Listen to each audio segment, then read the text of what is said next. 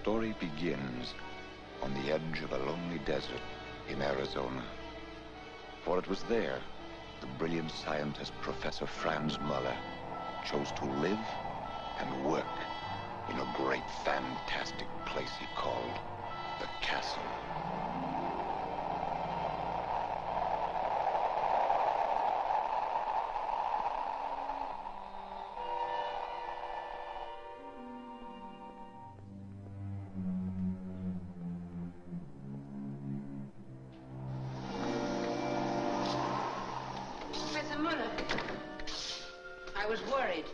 Now, Mrs. Fame, you know what always happens when the professor runs into Phoenix for an hour. Did you have an interesting day, Professor? Quite, Mr. Curry. Thank you, Mrs. Fame.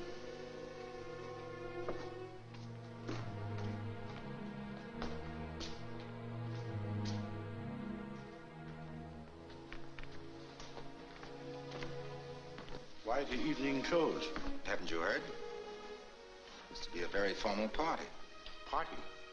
Yes, Mrs. Craven's dinner dance at the Arizona Palms. And you accept it? Of course we accept it. But you're the one who refused, Professor Muller.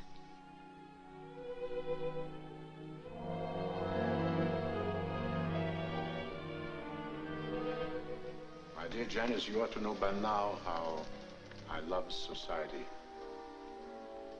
No, those things are not for me. Besides, I have some work to do. What have you there? Oh, Patrick, look. It's a monkey. It's sick. TB. Where did you find it? Bought it from an organ-grinder. Think we can save him? Won't live through the night. Then why did you buy him? Oh. Yes, Janice, another experiment.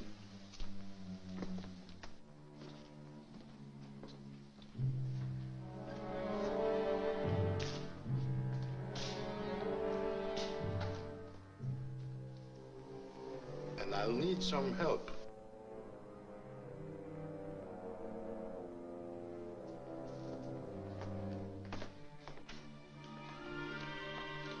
So you won't give up, huh? Give up? Not until I have proven that the animal and human brain can be kept alive even after death. I shall try and try again until I succeed, or shall die in the attempt. But you already know you can keep the brain alive. I merely think I do. I've never succeeded yet. And if I could prove that, what do I know about the brain itself? Nothing. Can it think? Remember after its body is dead? Could it be made to feel? To hear, perhaps? Or to express itself in some way? To contact the living? And if you did find out, what would be the benefit? You ask me that? Would it not be the achievement of all times to keep the brain of great thinkers, scientists, inventors, authors, statesmen alive? To derive benefit from their wisdom and their thinking power, even after their death? To make them literally immortal? You, of all people, should understand my determination. Just being an authority on the encephalograph wasn't enough for you. You wanted a chance to actually work with it, to prove that it could be practical. Could be. It is practical. You see? Your very belief in that shows how determined you are. Although I wasn't very encouraging the first time you wrote to me. The first time? The first 20 times I wrote you. I thought you might need me, Professor. No experiment could possibly be successful without my 2 loyal assistants, provided that your interest in science still comes before dinner parties. What can I do to assist? I need all necessary instruments for trepanation. Yes, Professor. Get the blood pump ready and the tube connections for the arteries. We'll use the animal's own blood and add hemoglobin in the cashier. And get the encephalograph ready for connection. Yes.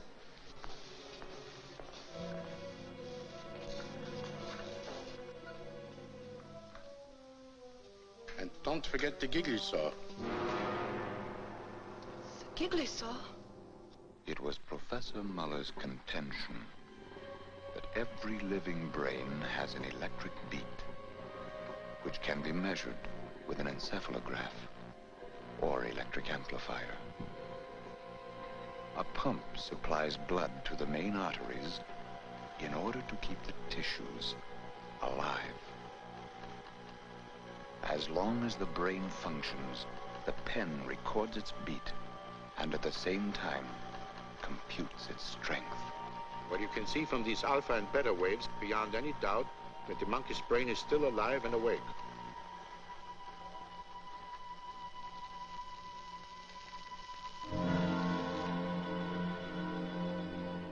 What's this? The waves have stopped. You died.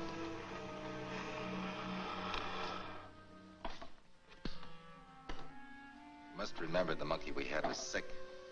Perhaps if we had an animal that was in perfect health, we might be able to... Perhaps.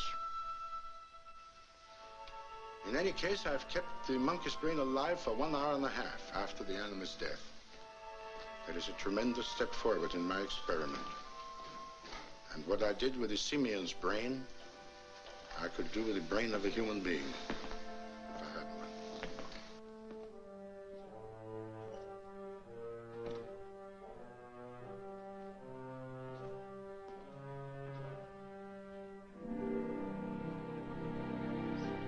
Well, you don't give up either, do you? Not when it's been months since I was invited to a party. Well, you should be where they send invitations every night. You get them, too. You know, you don't belong here. Why not? Professor Muller says I have the makings of a very good scientist. I know you don't approve of my ambition. Stop it. On the contrary, I do. Not too much. I'll need it. This gown reeks of chloroform, and I don't want to put my dancing partners to sleep. Don't you worry. Besides, you'll only have one. He's wide awake. I'll get the car.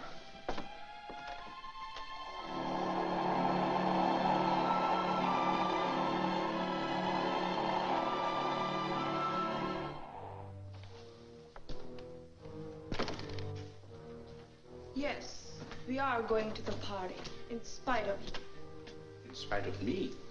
It was clever of you to arrange that emergency experiment. But your timing could have been much better. My dear Janice, you seem to misunderstand my interest in your welfare. Do I? I only watch over you the way your father would if he were still alive. When Father didn't approve of a young man, he said so. He never tried to be subtle. Now you are being unfair. And if I was subtle, it was only because I know very little about Mr. Curry's background. And when you make a choice, Janice, I want it to be the right choice. I want you to be happy.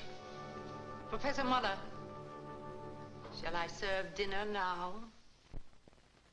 No, thank you. Send me a sandwich to the lab.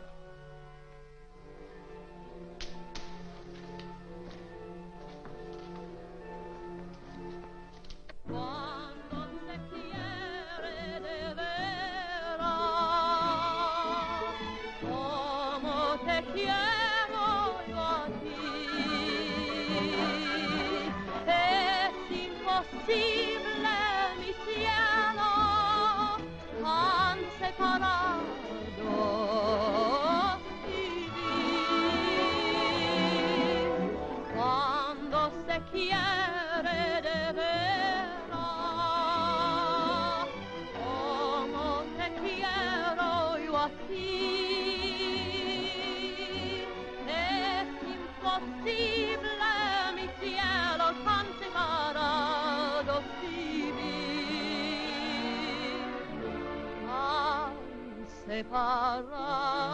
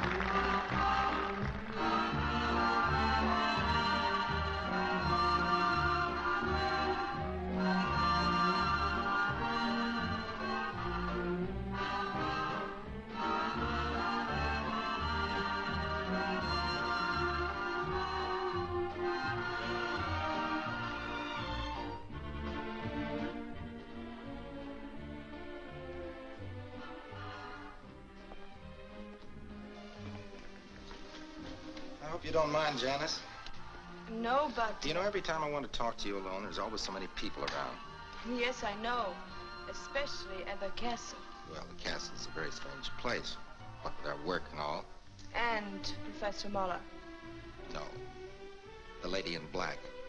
Tell me, Janice, how does Mrs. Fame manage to be in so many rooms at the same time? Why blame her? Professor Muller is the one who told you to stay away from me. Well, didn't he? Well, he did imply that when your father died in Czechoslovakia that you were left to his care.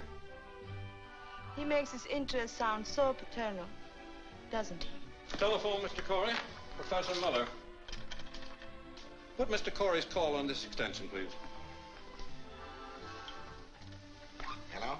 Hello, Corey. I'm sorry to disturb you. Never mind about that. What's the matter? What's happened?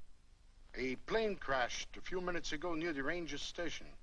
There's only one man on duty, and he couldn't locate Dr. Martin, so he called me.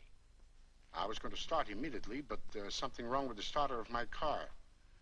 As long as you have the station wagon, I thought you would be glad to help out. I'll leave right away. Goodbye.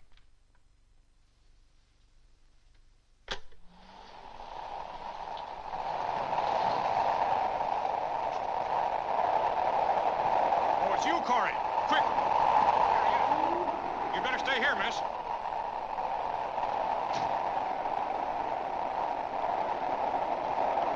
Only 2 men in there. I think one's still alive.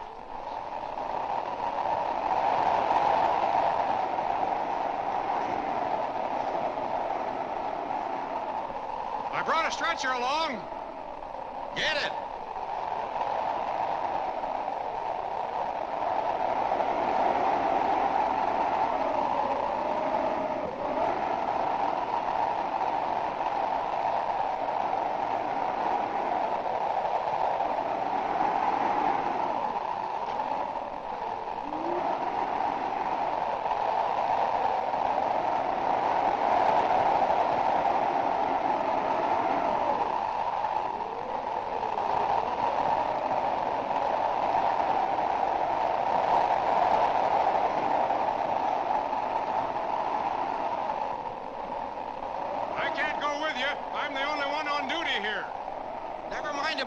Just keep trying to get Dr. Martin.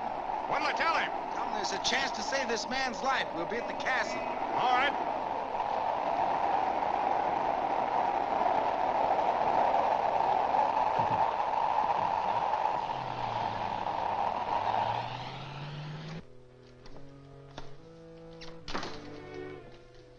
That was White on the phone. He said that Dr. Martin got your message. It's on its way over. His pulse is down to 38, slowing down with every second. Dr. Martin is here. Hello, Dr. Martin. Professor. My goodness, what a night. But it's always this way. Whenever we have a storm, I can depend on at least 3 calls. Tonight I have 4. There's still Mrs. Baxter up the road with a broken leg. Quite a place you have here, Professor Miller. Looks like you have everything I'll need in case we have to have an emergency.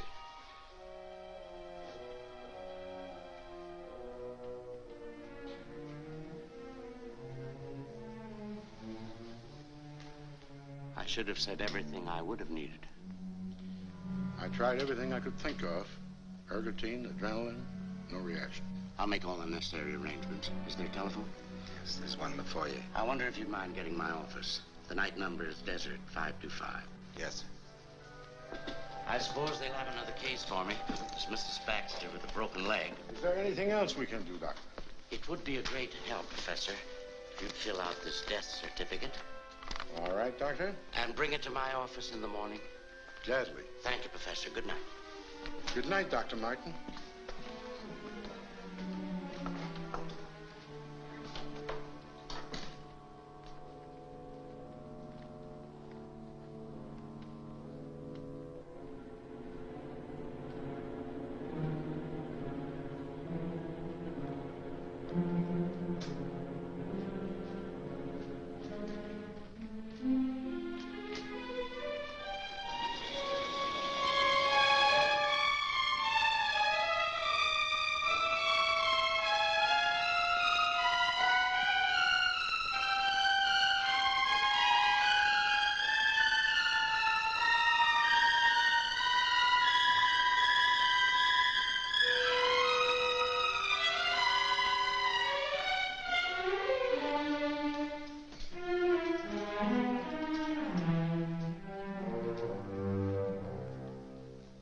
do the best you can. Take them a little while to get here. We'll wait up for him, Doctor. Good night, sir. Good night.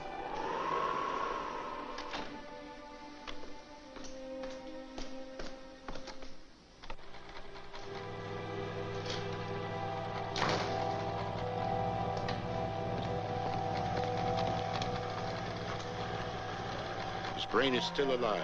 That's impossible. Look for yourself. Look at the waves. Look at the bulb.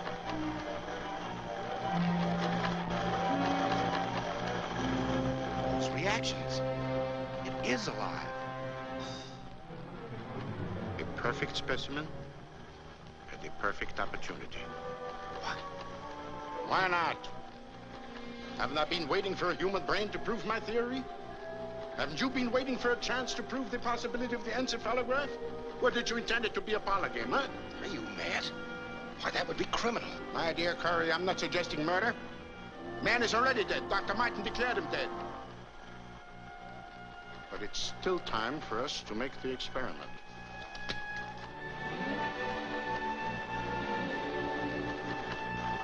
So sterilize the instruments. Sterilize? What for? The man is dead. I said sterilize the instruments.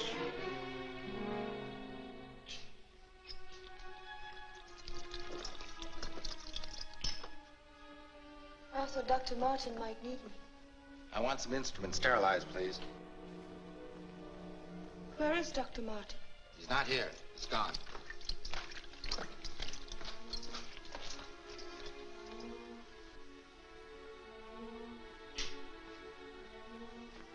Professor Muller is going to do a little surgery. Forceps, small, medium, and large. 2 scalpels. 3 hemostats. Giggly saw. Is it a head injury? I said giggly saw. Is he alive?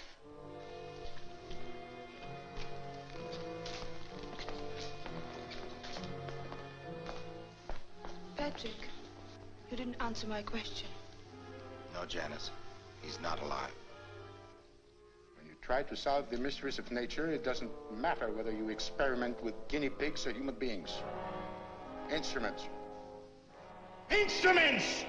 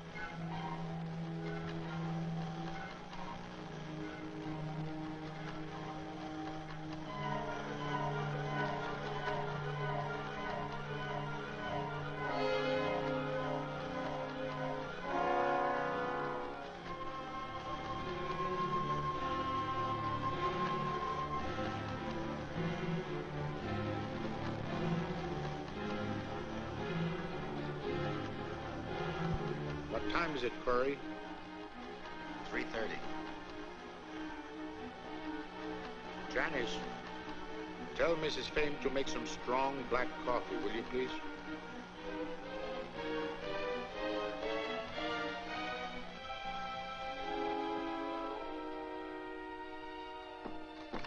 Well? They would like some strong black coffee.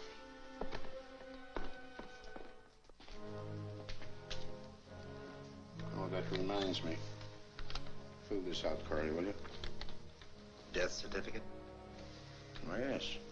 Dr. Martin left it. Who's going to sign it? Dr. Martin, of course. All I gotta do is fill it out.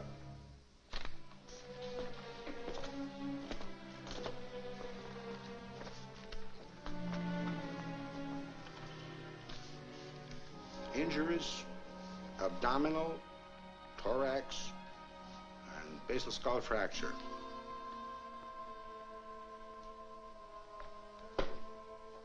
Cause of death, internal hemorrhage. Don't you realize what you did is against the law? It's illegal.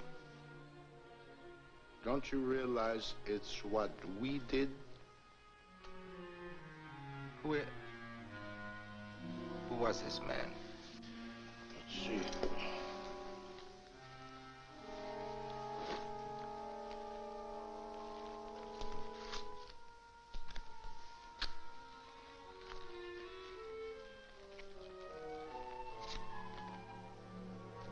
Donovan. Initials? William H. William H. Donovan.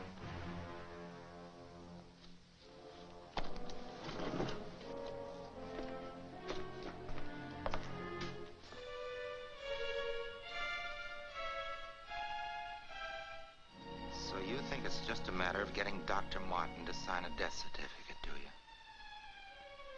No, it can never be that simple, not now. Because you, my dear Professor Muller, beg pardon, we, have just stolen the most illustrious brain in the entire country. The brain of William H. Donovan. My goodness, I can't believe it yet. I never thought I'd live to see the day when I declared the great W.H. Donovan dead. Yes, you're quite a celebrity, Dr. Martin. I don't like it a bit. Newspaper reporters calling all morning, people asking questions. Well, Doctor, I know you're a busy man, and as there's nothing else we can do... No, there's something else. Mr. Donovan's wife and his attorney are in the waiting room. They'd like to ask you a few questions. Of course. Another reporter, I'll bet you. Excuse me. Hello? I'm Professor Muller. This is my assistant, Mr. Corey. How do you do? Well, I'm Eugene Fulton, Mr. Donovan's attorney. This is Mrs. Donovan, gentlemen. How do you do? How do you do, Miss Donovan? I understand from Dr. Martin that it was you who braved that storm to bring Mr. Donovan from the plane. Yes. I want to thank you, both of you, for everything you did for my husband. I regret we were unable to do more. Well, apparently there was nothing more that could be done. And we've received Mr. Donovan's wallet and his personal possessions. Since you were the last persons to see him alive, we wanted to know if... Yes. Did Mr. Donovan say anything before he died? I mean, did he leave a final message? He was in complete coma when we found him. And he never for 1 second regained consciousness. Is there anything else we can do? No, thank you.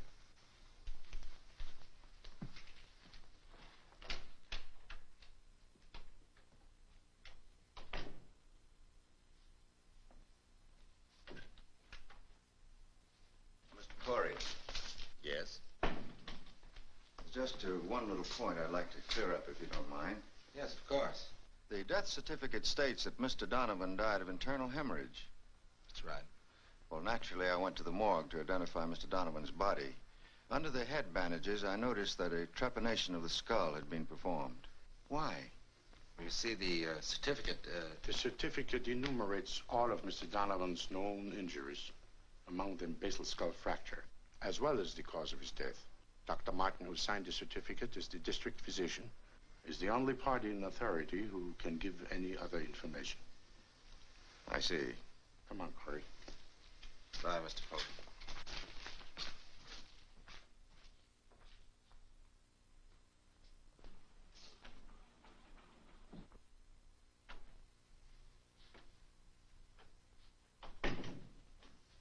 Well? Corey seems to know something. Something that Professor Muller won't let him tell. Oh, nonsense, Jean. If W.H. did say something before he died, why would they want to keep it a secret from us? That's one of the things I want to find out. What do you say we miss the plane? A few hours more in Phoenix might prove very interesting. All right.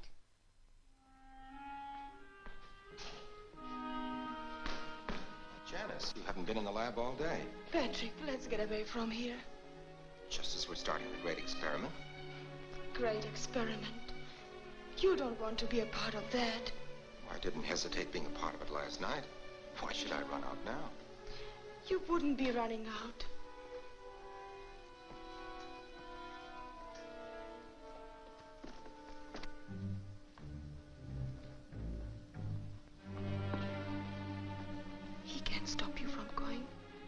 won't let him. Janice, what's the matter with you? We're not in the clutches of a great monster. After all, Professor Muller has everything he wants. The encephalograph, Donovan's brain. Why should he keep me from leaving? Oh, no.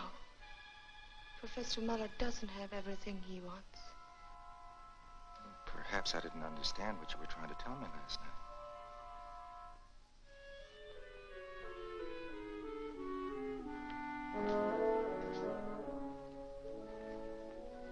He couldn't feel love.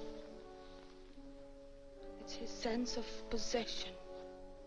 Compared to what happens on the outside of the laboratory, the experiment is a pretty dull thing. Janice, we're getting out of here. Oh, Patrick. Not abruptly, of course, but as soon as we can. I think I'll go in there now and start breaking the news gently.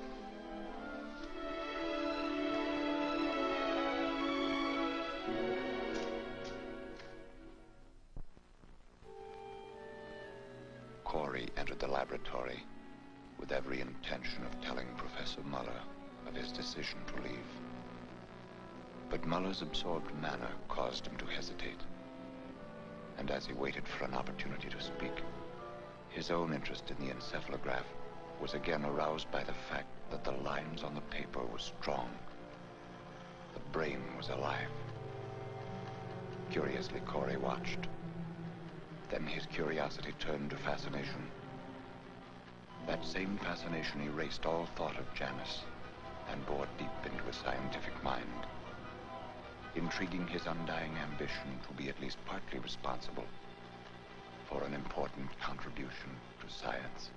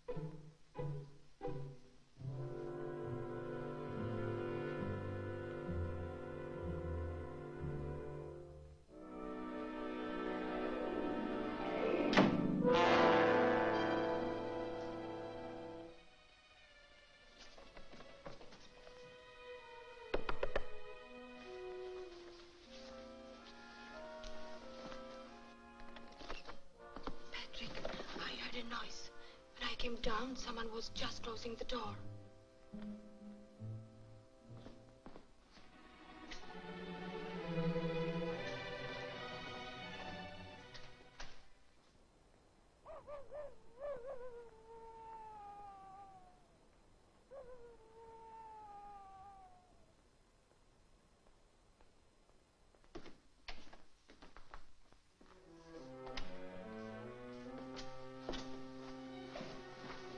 Nothing. But I saw the door closed. It was probably Mrs. Fame taking a midnight walk. I'm afraid. I tell you, it was nothing. Oh, not because of that. I'm afraid of just being here. Did you say anything to Professor Muller about going away? I'm not going, Janice. Don't you leave either. Don't ever leave.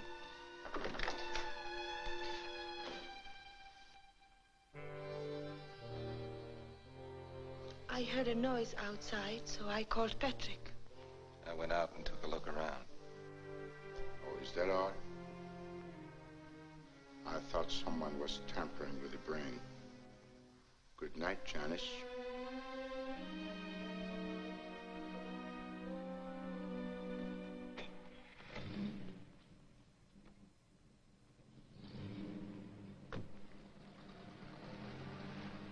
Were you in the house?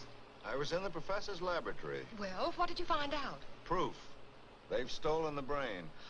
I'm going to call the police. Oh, no, dear. That would be stupid. Stupid? Well, what do you expect me to do? I expect you to remember what the rest of the world doesn't know yet. that the fabulously wealthy William H. Donovan left you without a dime. But you were so sure that there was money hidden away. I am sure, dear. That's the reason we can't take a chance of notifying the police yet. This experiment of Professor Muller's might be successful. And if it is, we'll have everything we want. The whole thing sounds fantastic. It is fantastic. Almost as fantastic as the life and death of William H. Donovan.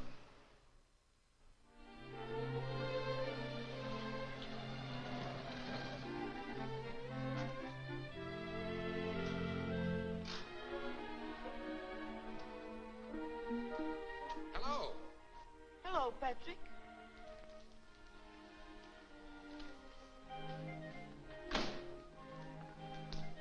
Supplies for the experiment? Yes, I was lucky. Got everything we need.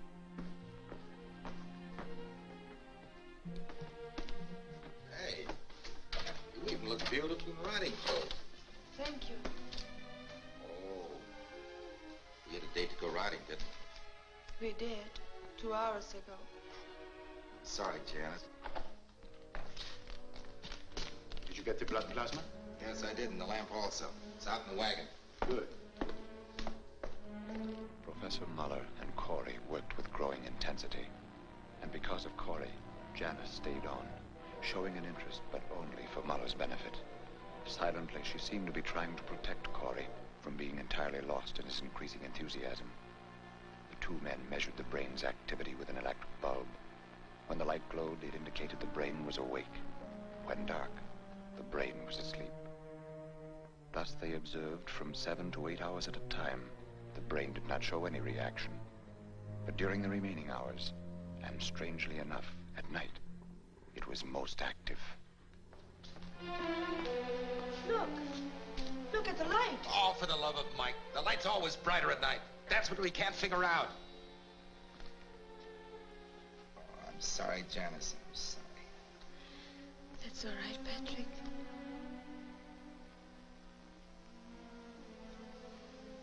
Yes, it is strange. You know, if we only knew something of Donovan's habits. We could do some research on the man. Good. Call up the Excelsior Clipping Bureau. Have them send us every word that has ever been printed about William H. Donovan. Here it is. Here's the reason. In this interview, Mr. W.H. Donovan says, "It has always been my habit to use part of the day for sleep, because I work better when the rest of the city has retired, in those still silent hours after midnight." This explains what you wanted to know, doesn't it? That explains the light. But the greatest question still remains: to find ways and means of communication with the brain.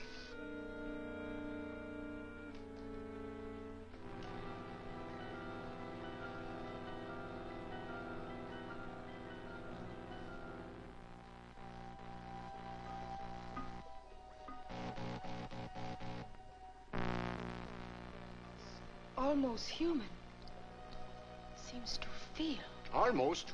It does feel. It even seems to tell us something. You'd only find a way to understand its message. No, Patrick. Please. You've gone too far already. Stop now? Why do you think we went into this experiment, huh?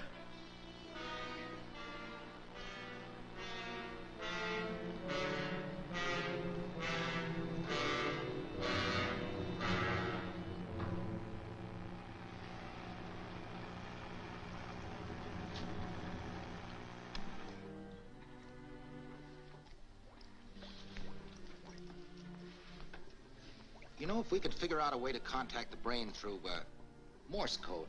What makes you think Donovan knew Morse code, huh? I don't care whether he did or not. He could be taught. A brain that could think and learn. And even if it could understand, how could it answer us? We can't decipher these waves. Oh, that's right. There's no way of decoding it. What about telepathy? Telepathy? Why, yes, it's not impossible. We know positively that every human brain produces and discharges microwaves which travel through the medium of air until they reach other brains in a receptive state. On the same principle as radio waves sent by a transmitter are received by radio sets.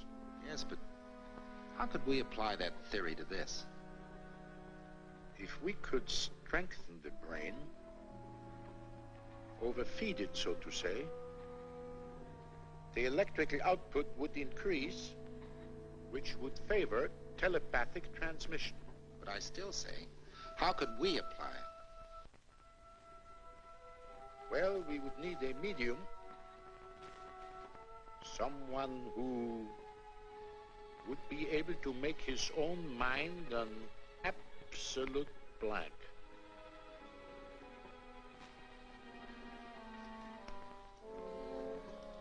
In that case, Donovan's thoughts might transmit themselves.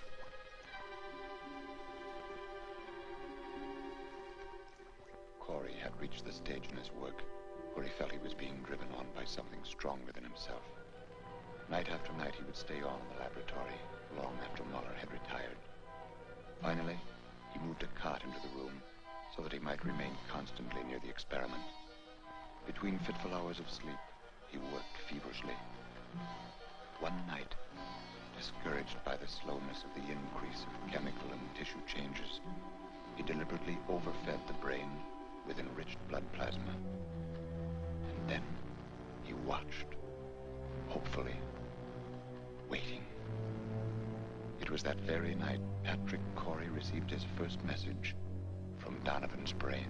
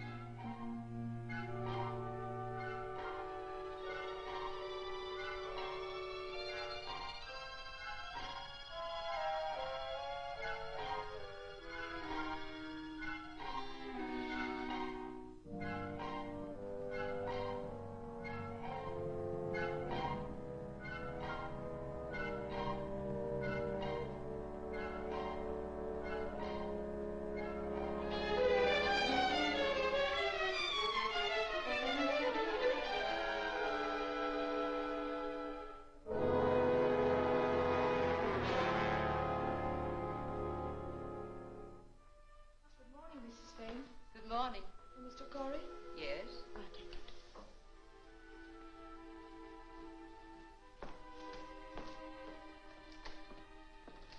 Thank you.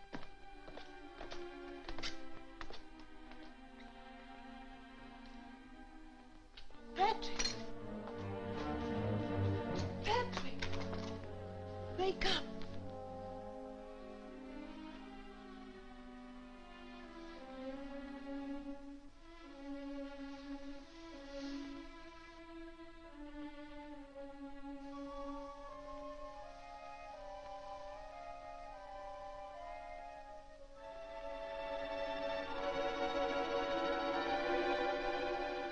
Janice, look, I contacted the brain. Of course it was written by me, but it's the exact signature of W.H. Donovan. Don't you see the scrawl, the hard H, and a flourish on the end? And you've written it with your left hand. But still, that isn't sufficient proof that it was Donovan's brain that influenced you telepathically. You and I happen to have read Donovan was left-handed, and you have seen his signature in facsimile in some magazine. So therefore, it could be autosuggestion or self-hypnosis. Patrick, What Professor Muller is trying to tell you is that your imagination is running away with you.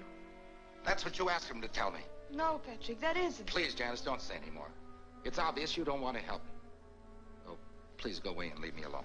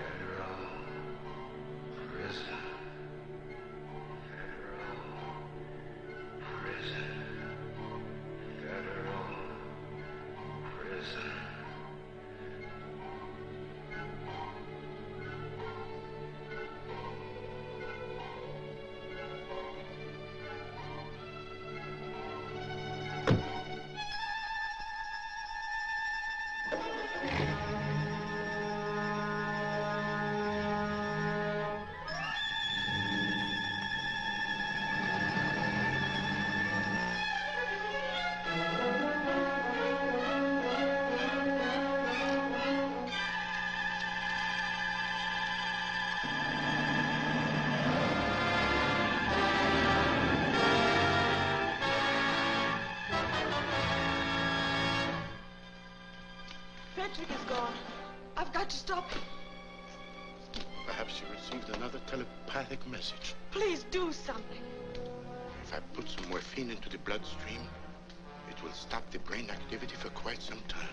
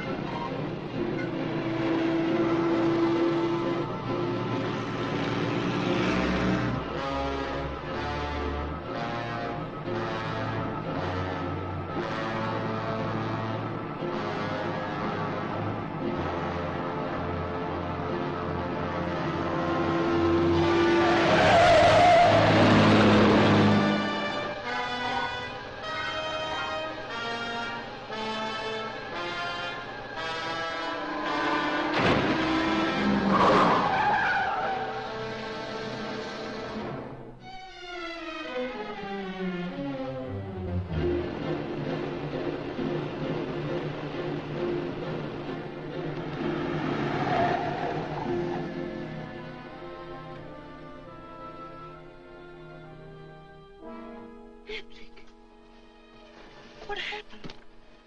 Darling, where were you going? I was going to Los Angeles. Federal prison. Federal prison? Why, you must have been dreaming. No, I have to go to federal prison. But why? What would you do there? Janice, try to understand. It was a voice, or maybe it wasn't a voice. I don't know what it was. It was something. It was an order. I have to go. You've got to stop this experiment. You tell Professor Muller to take care of the brain. Patrick! I'm not going back with you. Take me with you. Janice, Professor Muller will need a new assistant more than ever. Yes, no doubt he does. And it's about time I showed some interest in the experiment.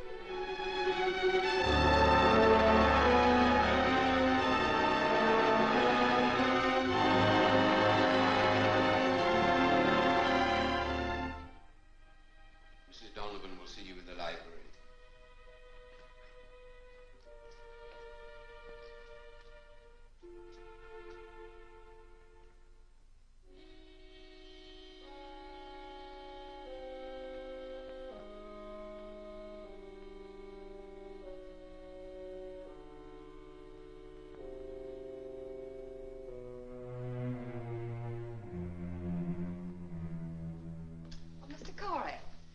Glad to see you. How do you do, Mrs. Donovan? Please sit down. Thank you. Cigarette? No, thanks.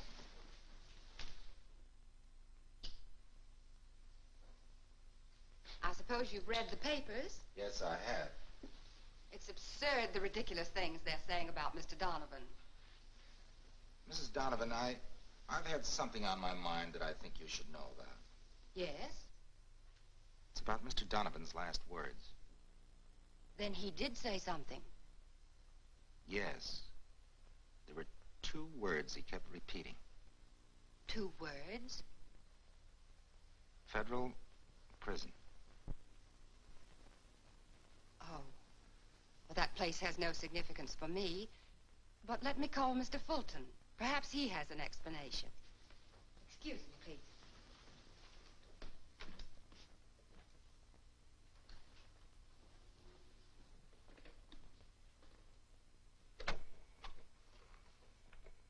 Therefore, I find it impossible to give you a definite answer at this moment. I'm going east today.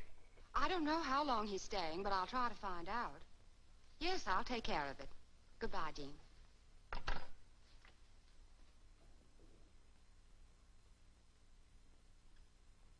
On my return, I'll discuss your letter at the next meeting of the Board of Directors. Oh, I apologize, Mrs. Donovan. When I saw the dictograph, it was a temptation to hear your husband's voice again. I can understand, Mr. Corey. I spoke to Mr. Fulton. Yes? He has no explanation to offer. Well, I'm sorry I bothered you, Mrs. Donovan. Goodbye. Oh, Mr. Corey. Yes? Are you going to be in town for a while? Just a couple of days. Why not have dinner with Mr. Fulton and me tomorrow evening? We'll pick you up at your hotel. Shall we say at 7:30? Thank you. I'm at the Southern Villa. Bye. Goodbye.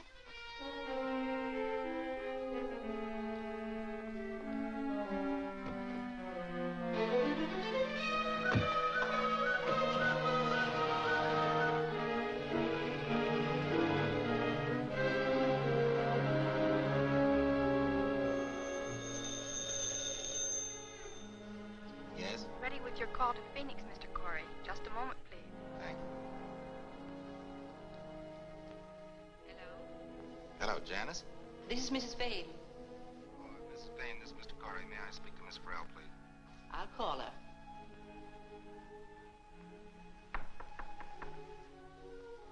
Yes? Mr. Corey's on the phone. Patrick, Hello, darling. I was just writing you a letter. I didn't know where to send it, but... I'm coming home tomorrow. Oh, that's wonderful. Did everything come out all right? I'll tell you all about it when I see you. I should be there about noon. Don't leave now, in the middle of the night. Please. I thought you wanted me to come home. Oh, yes. Yes, I do. You know that.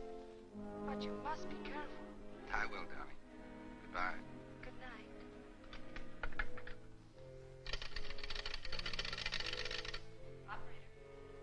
Alberta, I was just talking to Los Angeles. I was cut off.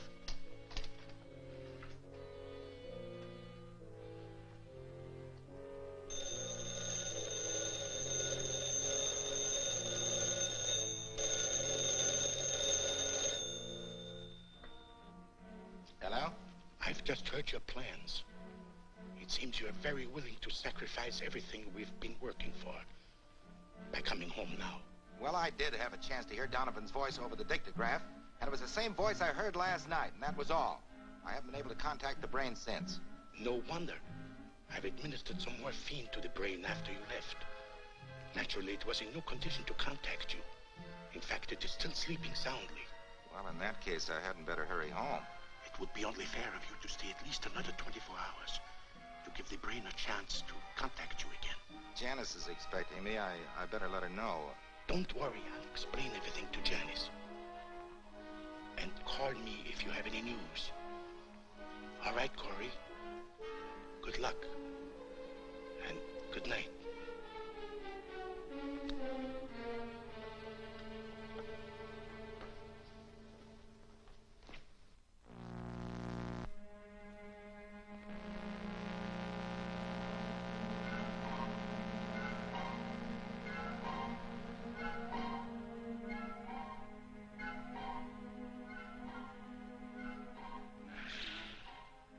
Trust. Nash.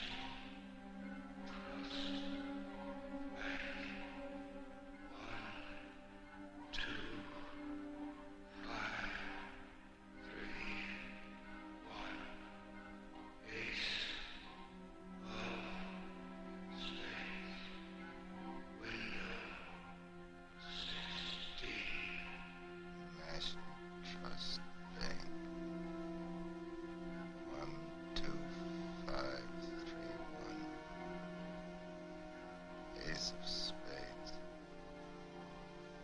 Queen of 16.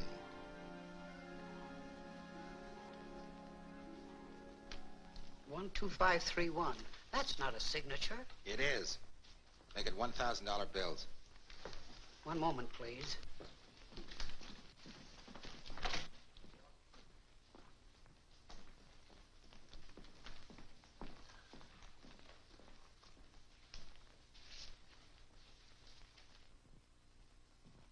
The manager wants to see you, please. All right.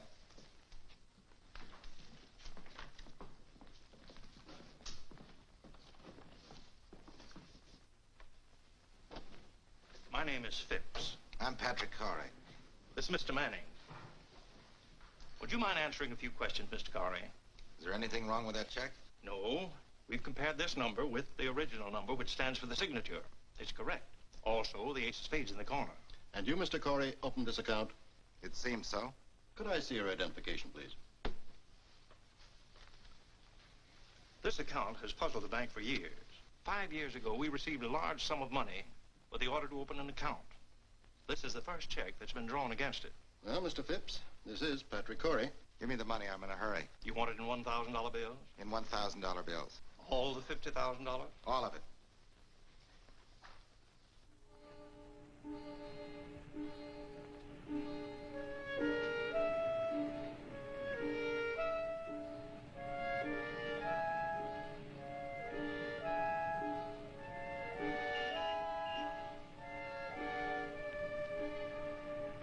The same strange impulse that forced him to go to the bank, sign a check with a peculiar signature, take money that wasn't his, now held Corey captive as he walked along.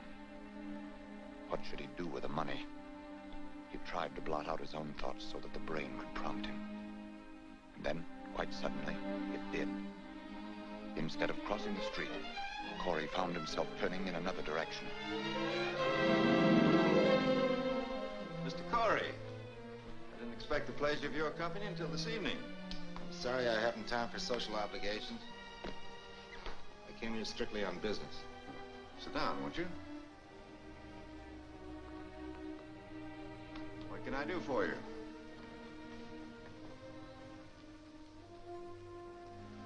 I understand you're a very shrewd man, Mr. Fulton. A lawyer has to be.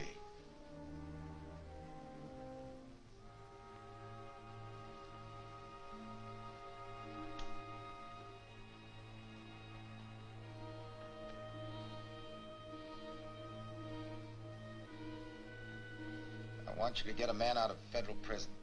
That sort of thing isn't so easy. I know.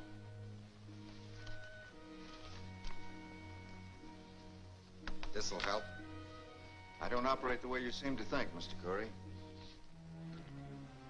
Then I'll have to get another lawyer. Very well.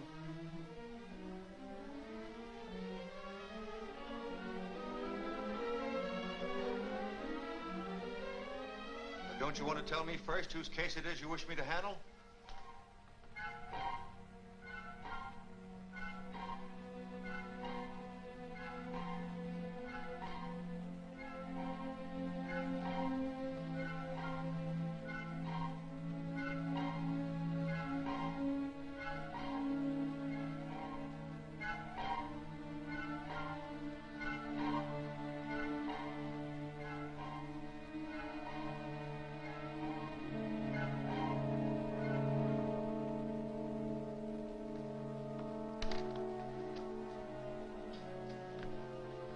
Collins. That man's been convicted of murder and sentenced to death. It's hopeless. It isn't hopeless. Money's no object. Well, I must know more about this. What's your interest in the case? Strictly personal. All you have to do is follow my instructions. Well, I can't make a decision now. You'll have to give me time to think it over. All right, tomorrow morning.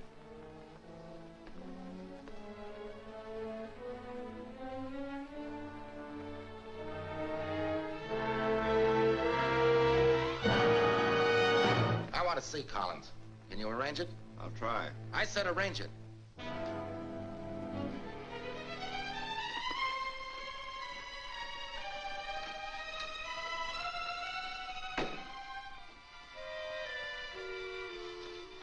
Report to me again tomorrow.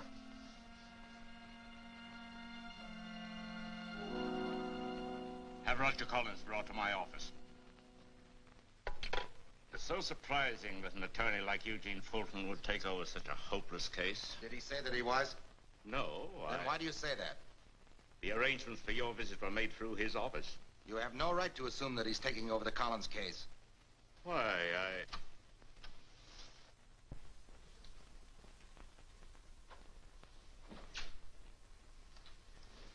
Roger, this is Mr. Corey. Hello, Roger. I don't know you. You don't? No, of course you don't. And I don't want to see any more psychiatrists or pathologists or whatever you call yourselves. I don't want to see any more of you. But I want to help you, Roger. Sure. That's what they all say. My lawyer tells him to say that. He's trying to prove I'm insane now. But you're not. You're not guilty either. You believe me. Somehow I can tell you, you do believe me. I've always known you were innocent. Then why didn't you help me before? Why didn't you stop them from sending me here? It's not too late, Roger. Is there anything you can tell me that you didn't tell them at the trial? No. Why should there be? I've never lied. I was always honest. Can't anyone ever understand that? I didn't murder him. I never liked him, but I didn't murder him. Who didn't you like, Roger? Why, my stepfather, of course. Who do you...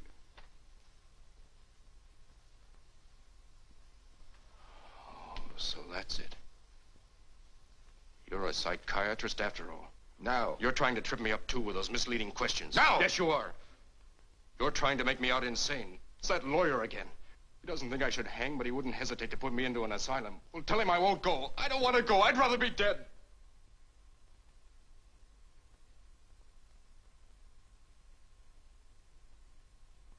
And for the kind of tricks you pull, I wish you were dead, too. His stepfather. What did you say, Mr. Corey? I was just trying to remember something. Thank you, Warden. No, not at all.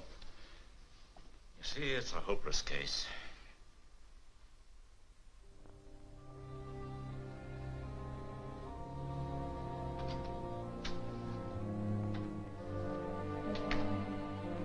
His mission had failed.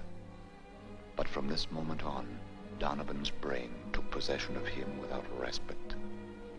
As Corey walked along, the voice came to him, urging, demanding, echoing back from the stony walls of the prison corridor.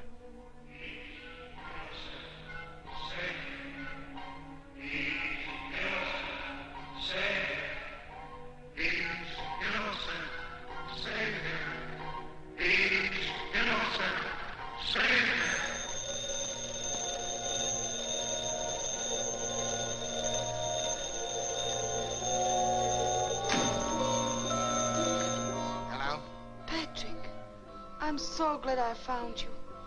You mustn't come back to the castle now. Wait for me. Don't annoy me with your stupid ideas. Let me talk to Muller. I don't want you to talk to him. Anyway, he's locked himself in the laboratory.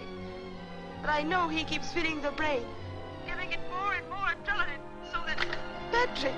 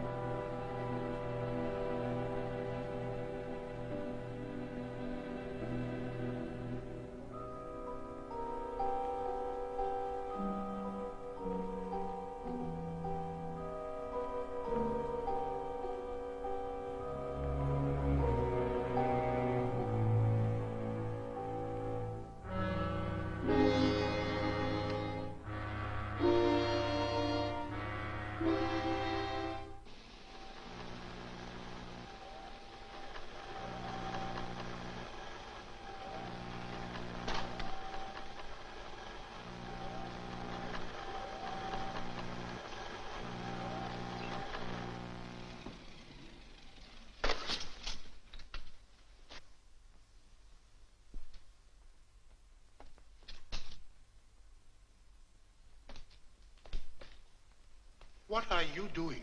I turned it off. The brain is dead. Patrick is free. Patrick is free.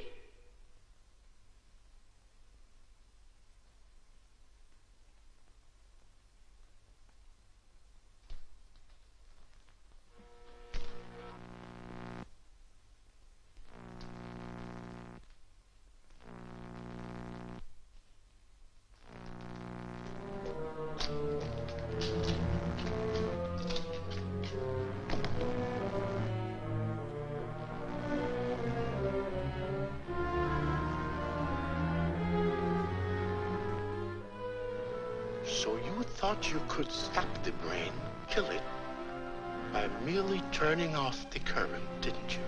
The idea wasn't bad, although your intent was malicious. But look. Look. What you unintentionally made me discover. Just look at the bulb. It's glowing. The brain is alive. Awake and working, independent of electric current, self-sufficient. You mean nothing can stop it? Nothing but the physical destruction of its very substance. Physical destruction. Please let me. I want Patrick to be free. I don't. Why should I? You monster!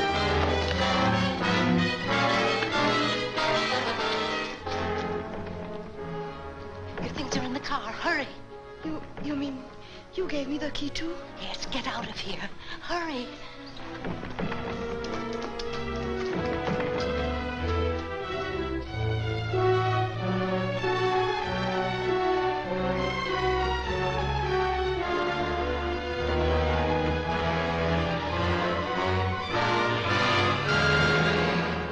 Why are you so determined to establish Collins' innocence?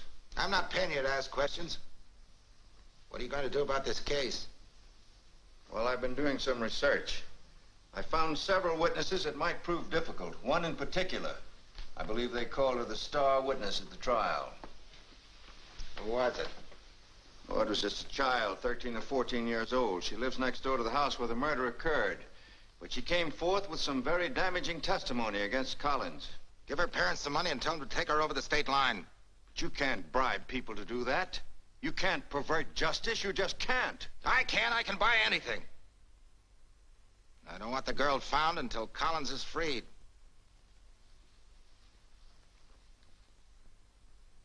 Mr. Corey, what is Roger Collins to you? I told you I wasn't paying you to ask questions. That's my privilege. Mr. Fulton, what did you say the name of the star witness was? Oh, yes, Mr. Corey. I'll tell you the whole story. The morning Collins killed poor Mr. Howard, Don't say killed, Mary Lou. But he did, Grandmother. He came out of the house, looked around, lit a cigarette, sneaked away. He thought no one saw him. But I did. I see everything. How come? When I'm grown up, I'm going to be a detective. You know, they're hiring girls now. Imagine, Mr. Corey, the crazy ideas the young folks get these days. When I was young, we thought of other things. Why not? She might make a very clever detective. Well, there's one thing I must say for Mary Lou. She has an amazing memory. Why, only just yesterday, she remembered something else. What was it? Well, after he stood there and lit his cigarette, he picked a flower and stuck it in his buttonhole. Why didn't you tell that to the prosecuting attorney? Well, I was just telling you, she only just remembered it yesterday. That's what the girl told me. And that makes her our star witness. I ask you, would a murderer after committing such a crime stop and pick a flower for his buttonhole? In a premeditated murder, it has been done. Not Collins. He's not the type. How can anyone tell what's going on inside a man's brain? Are you his lawyer or prosecuting attorney? It's a new clue and a sound one. Anyway, it gives us a chance to reopen the trial. Now, look, Corey. If this could be used as evidence against Collins, it might mean something. But as evidence for him, believe me, it means very little. I just gave you another $5,000, and I'm not paying you for nothing. I want action. I'm working on it. But I must use my own methods. Now, tonight, Mr. Grimes will call on you. He can be trusted. Follow his advice. Come in.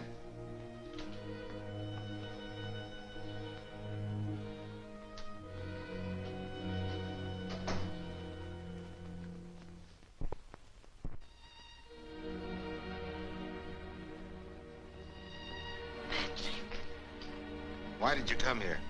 What do you want? How can you say that when you need me so much? I don't need you.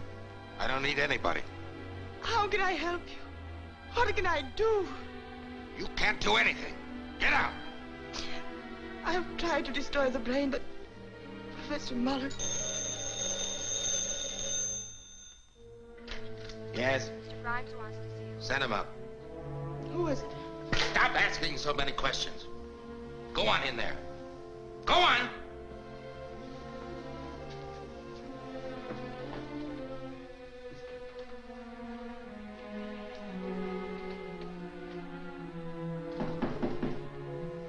Come in.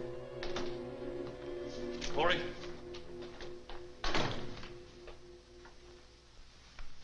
Yes, I'm Patrick Corey. Well, well, well. Mr. Corey, let's get down to business. Now, let's see what we have here. Yes, murder, first degree, circumstantial evidence, one-star witness. Well, well, well. That's nothing new. Mr. Corey, I'm a man of few words. You want him free, I'm the man to do it. You want quick action, you'll get it from me. What do you suggest? Reopening of the trial. Bribe the witnesses, helping the jurors make up their minds. Altogether, $100,000. 50 on deposit and 50 on acquittal. I'll have to talk to Fulton first. It can only be done through me. Mr. Fulton is a lawyer and a public figure. He gives the anesthetic, I pull the teeth. 100,000 is okay on delivery, but not 1 cent down. Well, it's been nice knowing you, Mr. Corey. I can understand your feelings. Money is a hard thing to part from. Oh, you can get a funeral for Collins as low as $65 at Kelly Brothers on Santa Vista. Good day. Wait a minute. Oh, no hurry. I'll give you time to make up your mind. You talk to Fulton tomorrow.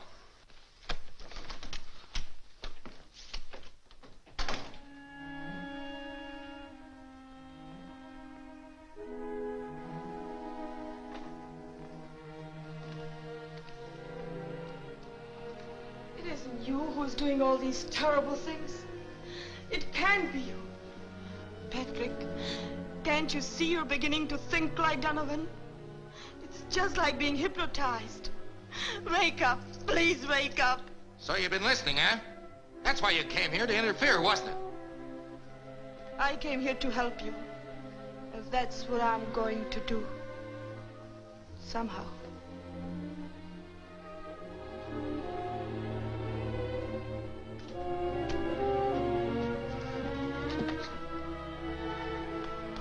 I forgot my pencil.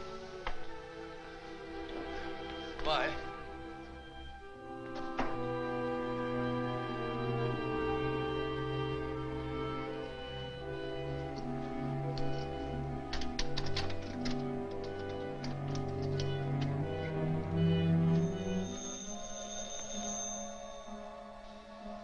Hello? Mrs. Fame, I must talk to Professor Muller. He won't come to the phone. He won't talk to anyone. But it's been impossible for me to even reason with Mr. Corey. I've thought of going to the police, but I'm afraid of what might happen. Oh, please, Mrs. Fame, please. I've got to make Professor Muller understand. It's too late now, Miss Farrell. He won't even see me. He keeps the door locked. I think the brain is beginning to take possession of Professor Muller, too.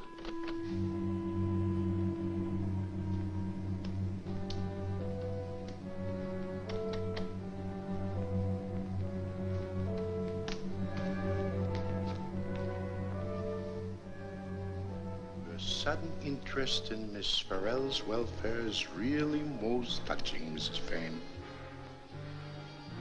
But you wouldn't tell her the real reason for your interest, would you?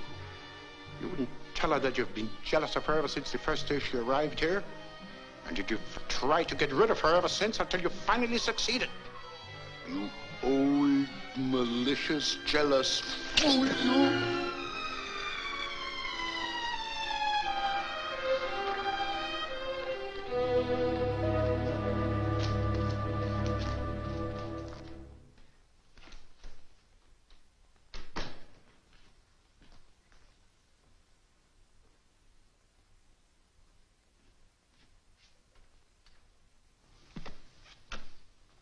perfect timing, darling. Not on your part. I had these ready 15 minutes ago. Well, Grimes was a little late. However, everything is coming along splendidly. He'll pay? Oh, yes, and he'll pay more. Are you really reopening the trial? Why, certainly. But what if Collins can prove his innocence? It'll never come to that. A young lady has arrived. A young lady? Grimes seems to think it's Corey's fiancée. Will she complicate matters? Oh, no. On the contrary. Strange. The man in the possession of Donovan's brain doesn't know that the boy about to die is Donovan's own son.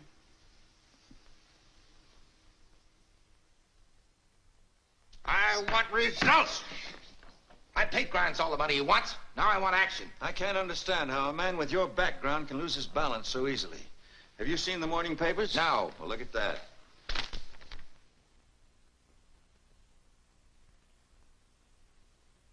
It's all right for a beginning.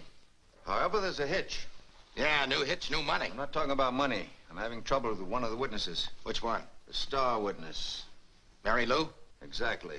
But she's the one that's going to introduce the new evidence. Oh, sure, but not evidence for Collins. You see, Corey, I told you that evidence can work both ways. Now, you thought the incident of the flower would establish Collins' innocence. As a matter of fact, it clearly works against him. Why?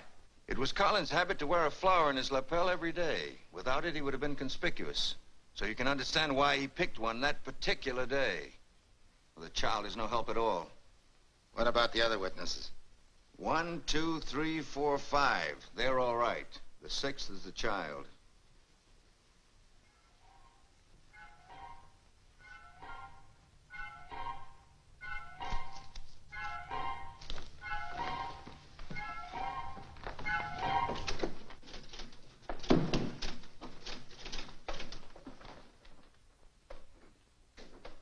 That was Mr. Corey. Yes, I know. But you said you were waiting to see him. I've changed my mind. I want to see Mr. Fulton. Immediately. What is your name, please? Janice Farrell. Miss Janice Farrell to see Mr. Fulton. Send her in. Yes, Mr. Fulton. Go right in, Miss Farrell. Thank you.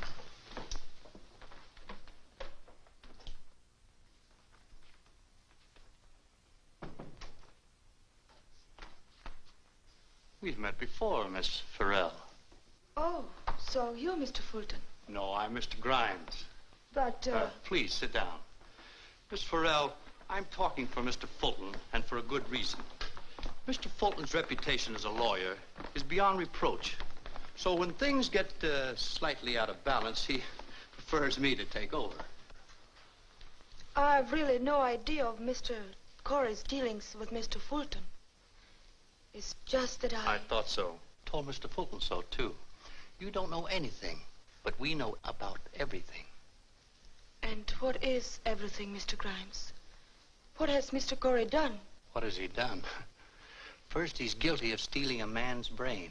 Laudable for science, but punishable by law. Second, trying to get a murderer acquitted by influencing witnesses. Possible sentence, 5 years. Third, using Mr. Donovan's funds by falsifying his signature. Another 5 years. But he's innocent. That's the point. He's acting under Donovan's influence. Miss Farrell, I know you love Mr. Corey, and you want to save him. All we want is money. Now, here's a blank check. We would like to get Mr. Donovan's secret signature, the one Mr. Corey has used quite frequently the past few days. If we get the money, all of it, well, you can take Mr. Corey home, and everything will be forgotten. Patrick can't do that. He wouldn't do it. He isn't a criminal. That's what you think, but I know differently. You go now, and don't let him out of your sight for a moment. Otherwise, you'll not only have a criminal as a sweetheart, but also a murderer. I don't believe it. I don't believe a word you've said. You're lying. You were afraid of it all the time, and that's why you came here. You just said he'd murder.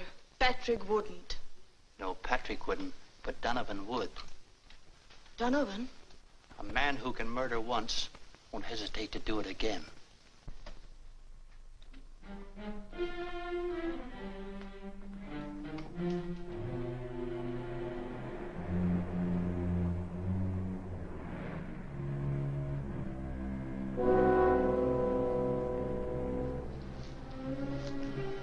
I want you to come with me. I said come with me. Where to?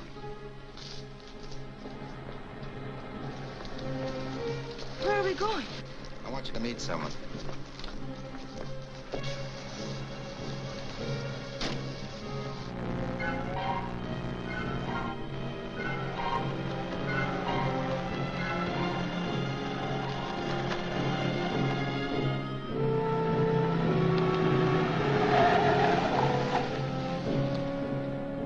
Just in time.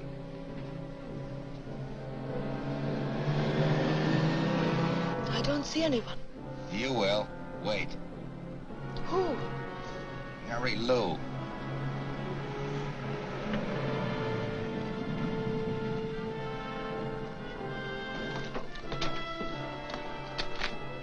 There she is now. Bye, kids. Bye, King. See you tomorrow. Bye. The smart little girl that observes everything. The bright little girl that wants to be a detective when she grows up. The clever little girl that...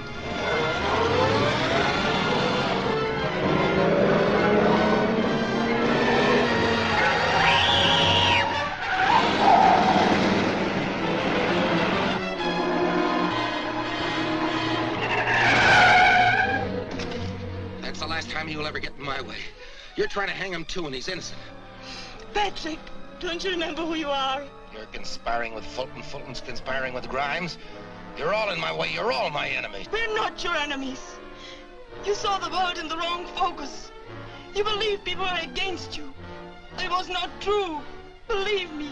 It was just an obsession, Patrick. I'm not Patrick.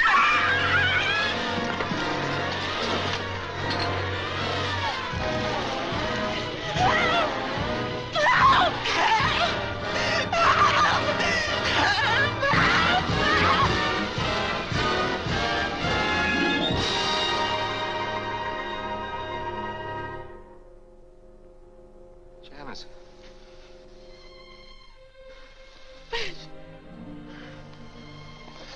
Patrick, you're free. I'm not free. Take me back to the castle. You see, Fulton always knew that Collins was innocent, and so did Mrs. Donovan. They didn't want another heir because in the event they could use Donovan's secret account. Another heir? Yes, you see, Collins was Donovan's son by a former marriage he didn't tell anybody about. Well, Howard knew because Howard acted as Collins' foster father. And who is Howard? The murdered man. He was Donovan's secretary. He knew all about his detours to power. So it must have been Donovan who actually committed the murder. But why did Donovan kill Howard? Because he wrote the life story of Donovan, and Donovan didn't want it published. Well, he made him an offer, and Howard turned it down.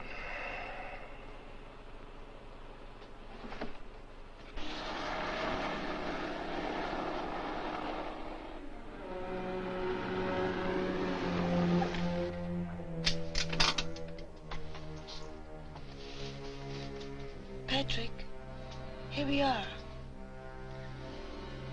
All right, darling.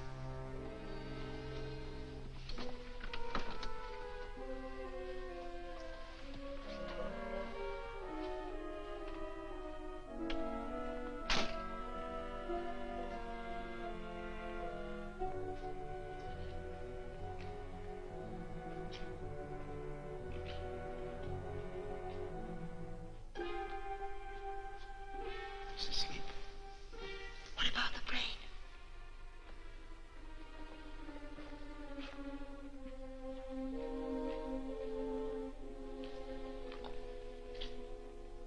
Professor Muller's put the brain to sleep. Not Professor Muller. I used all the morphine he had.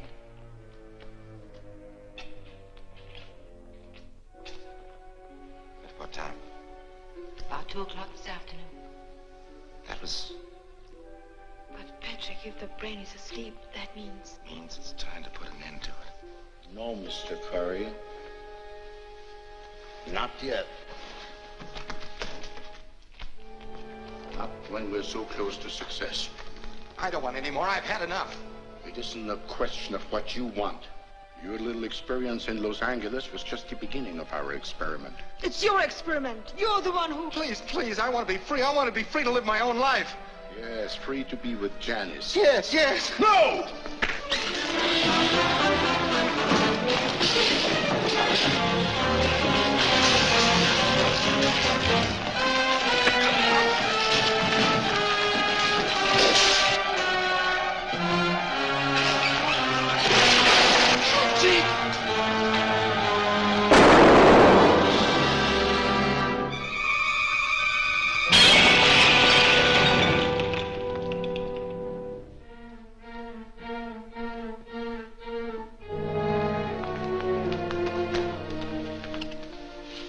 And so, the four who had shared a most amazing adventure finally found its conclusion. For Professor Muller, such a death was well deserved. He had tried to distort an experiment of science into a diabolical plot to further his own personal gains. Following a brief trial, Mrs. Fane was acquitted, but Patrick Corey, although he helped to free Roger Collins, was obliged to serve a short term in prison for his part in the experiment. However, Janice was waiting. So after all, there was a happy ending to his experience.